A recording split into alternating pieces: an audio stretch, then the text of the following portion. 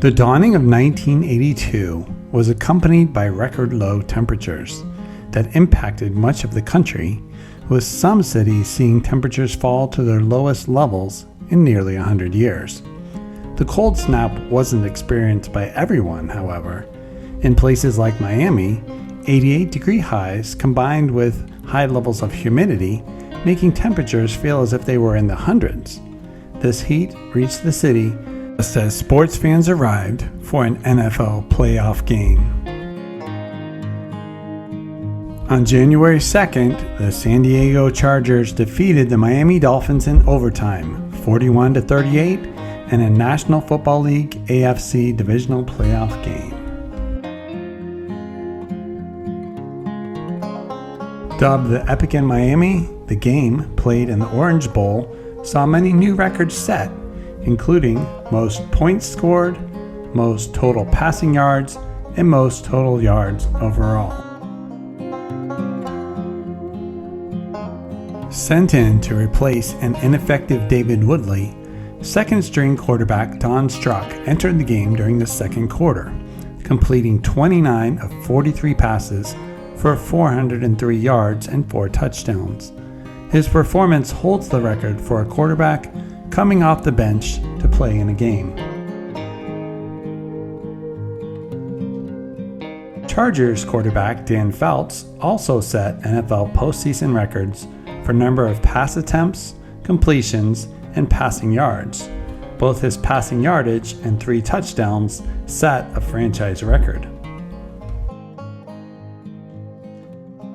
Other incredible performances that day included an unlikely touchdown catch by the Chargers' James Brooks, a hook and lateral play from Miami's Dorial Harris to Tony Nathan for a score, and a blocked field goal by the injured Charger Kellen Winslow mark this as one of the greatest games in NFL history.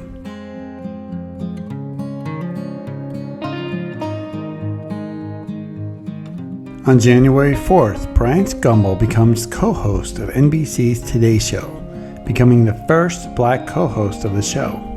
Gumbel replaced Tom Brokaw after sitting in for him for a few months prior to the announcement. When Gumbel joined the Today Show, it held the second place in morning show ratings, behind ABC's Good Morning America. Within 3 years, it took over the first place position, where it mostly remained during Gumbel's tenure.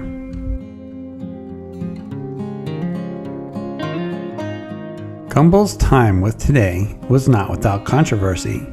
He was sometimes seen as conceited, arrogant, pompous, humorless, and disrespectful toward his female co-anchors.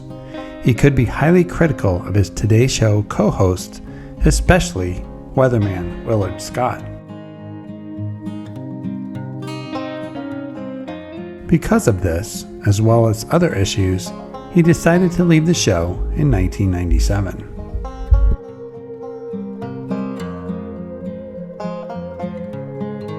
On January 7th, American dance drama series Fame premiered on NBC.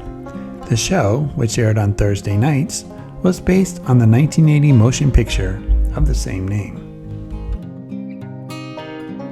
Episodes followed the lives of the students and faculty at the New York City High School for the Performing Arts, home to a variety of talented students from around the city, all of whom have big dreams of a dance or music career on stage or screen. Each show featured multiple musical numbers mixed in between a series of dramatic subplots, with students constantly breaking into a song or dance, whether in class or in the cafeteria. One of its most famous cast members, Debbie Allen, not only acted in the series, playing dance teacher Lydia Grant, but also served as lead choreographer. Janet Jackson also appeared on the show in season 1 as dancer Cleo Hewitt. Madonna auditioned for the show but was not called back. Even though Fame received rave reviews from critics, the show's overall ratings were poor, resulting in NBC's decision to cancel it after only 2 seasons. It was later picked up for syndication and ran for 4 more seasons.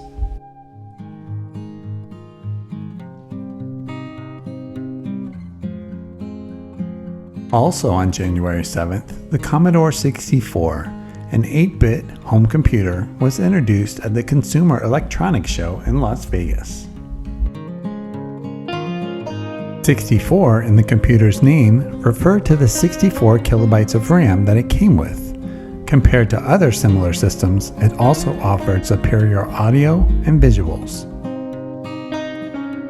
Priced at $595, the C64 quickly became the best-selling home computer, selling nearly 17 million units, dominating the low-end computer market throughout most of the 1980s. The C64 is still listed in the Guinness Book of World Records as the highest-selling single computer model of all time.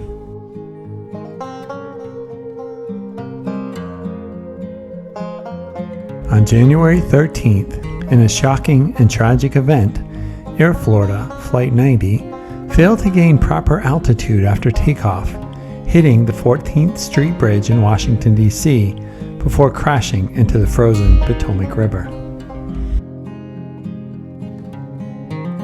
The 737, traveling from Washington National Airport to Fort Lauderdale Hollywood International Airport in Florida, took off in the midst of a snowstorm, but was unable to generate enough power to completely lift off due to ice and snow that had built up on the wings. 4 drivers who were crossing the bridge at that time were killed. Of the 79 passengers and crew, only 5 survived.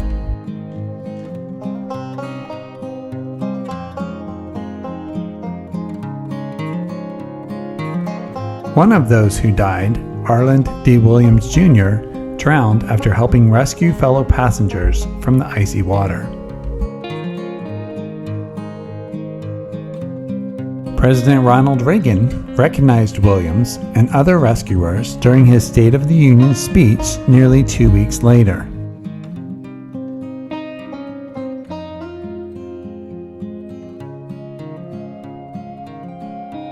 On January 20th, Prince of Darkness, Ozzy Osbourne, bit off a bat's head during his concert in Des Moines, Iowa. A fan had thrown a dead bat on stage, the corpse landing at the singer's feet. Osbourne then picked up the animal and, in front of the crowd of 5,000, bit its head off.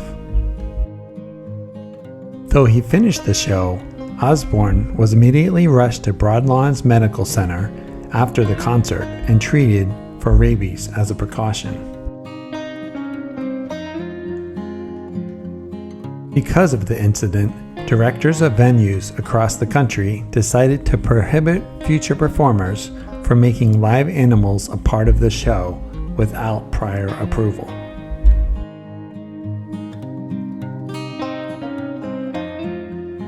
On January 21st, British-American rock band Foreigner released the hit single Jukebox Hero in the US. Telling the story of a fan who, because he is unable to attend a sold-out rock concert, buys a guitar, learns to play it, and becomes famous. The song has multiple accounts of its true inspiration. This third single released from the band's album 4 is seen as the best song released by the band.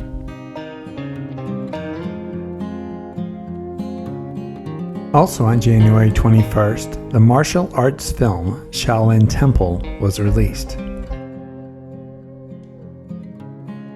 Offering elements of action, comedy, and romance, this was the first kung fu movie to be filmed in mainland China. Before then, martial arts films were made in Hong Kong. Starring Jet Li in his debut role, Shaolin Temple is China's highest-grossing film. It led to both a Shaolin Temple series and an increased tourism to Shaolin monasteries worldwide.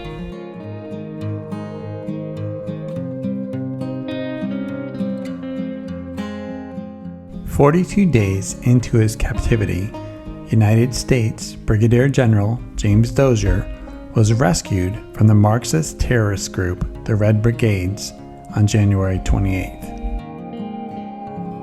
Europe's most feared terrorist organization, the Red Brigades, had kidnapped the NATO Deputy Chief of Staff from his Verona apartment on December 17, 1981. His abductors had gained access disguised as plumbers.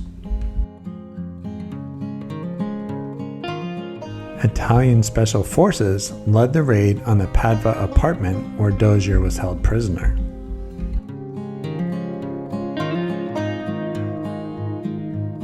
It is assumed that without this mission, Dozier would have met the same fate as former Prime Minister Aldo Moro, who in 1978 was held by the group for 55 days before being killed.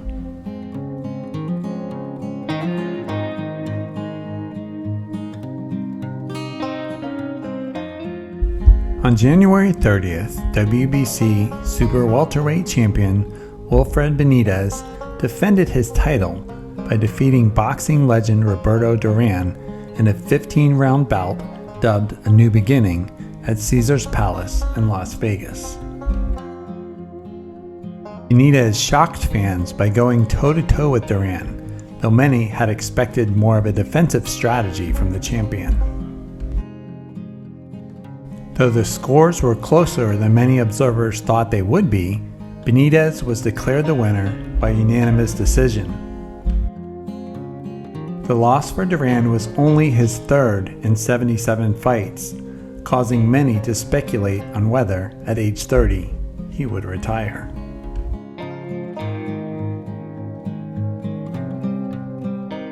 Thank you, as always, for watching this look back at memories of events from January 1982. If you enjoyed this episode, please like and subscribe to our channel, and keep an eye out for our next videos, which are coming soon.